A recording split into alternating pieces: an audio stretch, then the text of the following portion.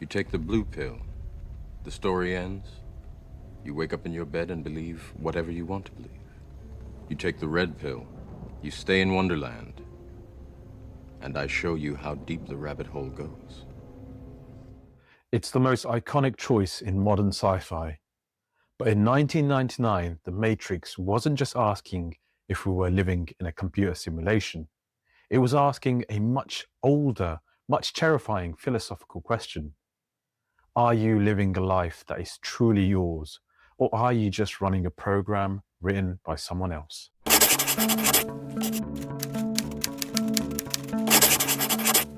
Today on Philosopher's Cut, we're jacking back into the Matrix.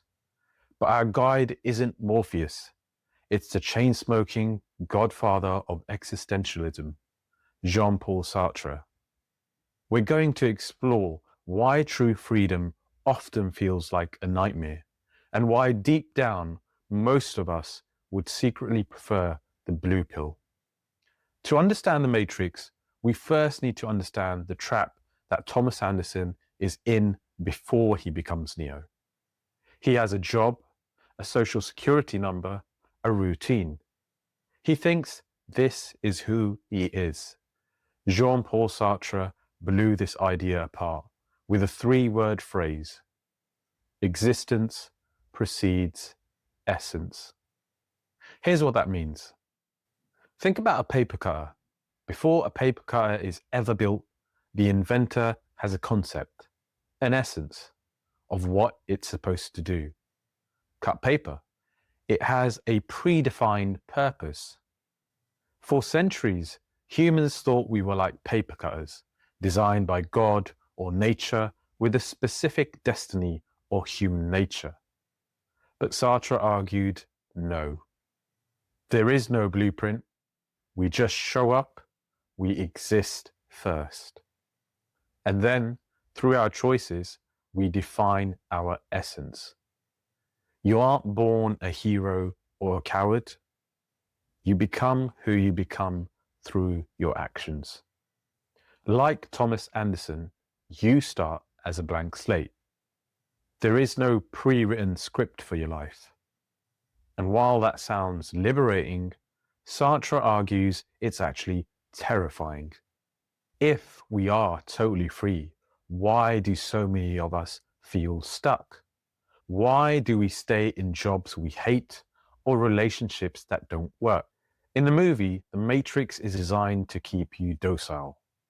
In philosophy, Sartre explains this using two concepts: facticity and transcendence. Facticity is the stuff you can't change: your birthplace, your height, your past actions. The Matrix and our society tries to convince you that facticity is your destiny. Think of Agent Smith interrogating Neo. He lists facts. In one life, you're Thomas A. Anderson, program writer for a respectable software company. You have a social security number. You pay your taxes. Smith is saying, this is the script, stick to it.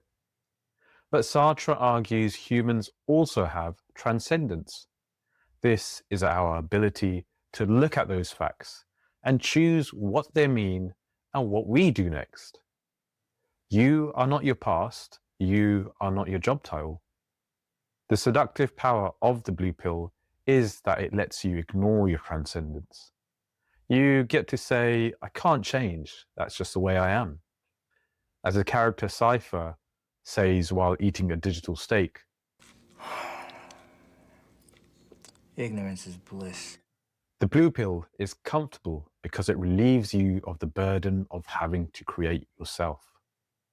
Morpheus warns Neo. I'm trying to free your mind, Neo, but I can only show you the door. You're the one that has to walk through it. When Neo takes the red pill, it isn't a fun superhero origin story. It's horrifying.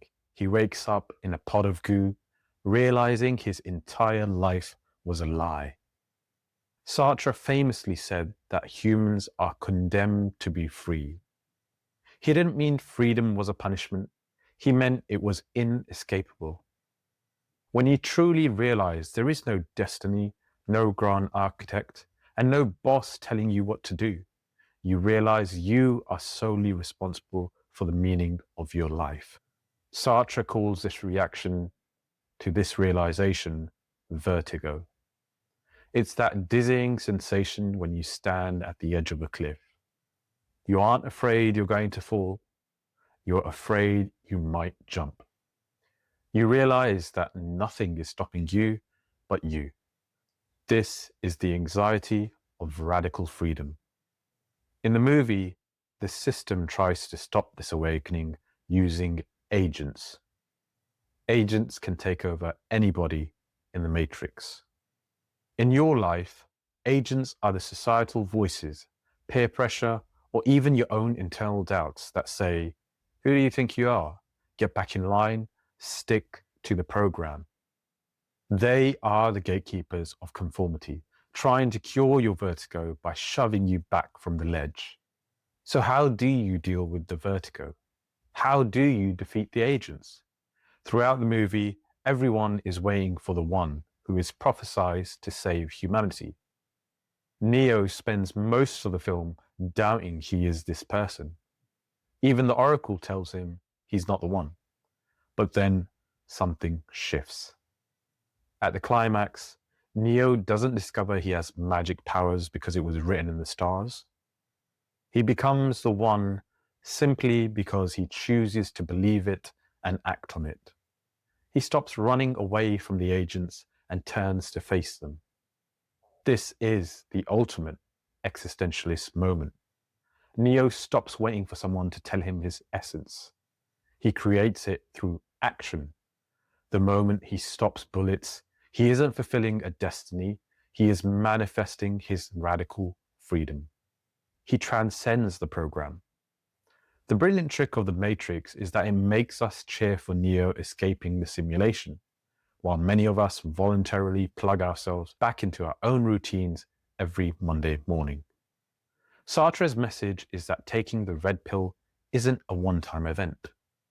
It's a daily choice to reject the comfortable script and accept the terrifying responsibility of authoring your own life.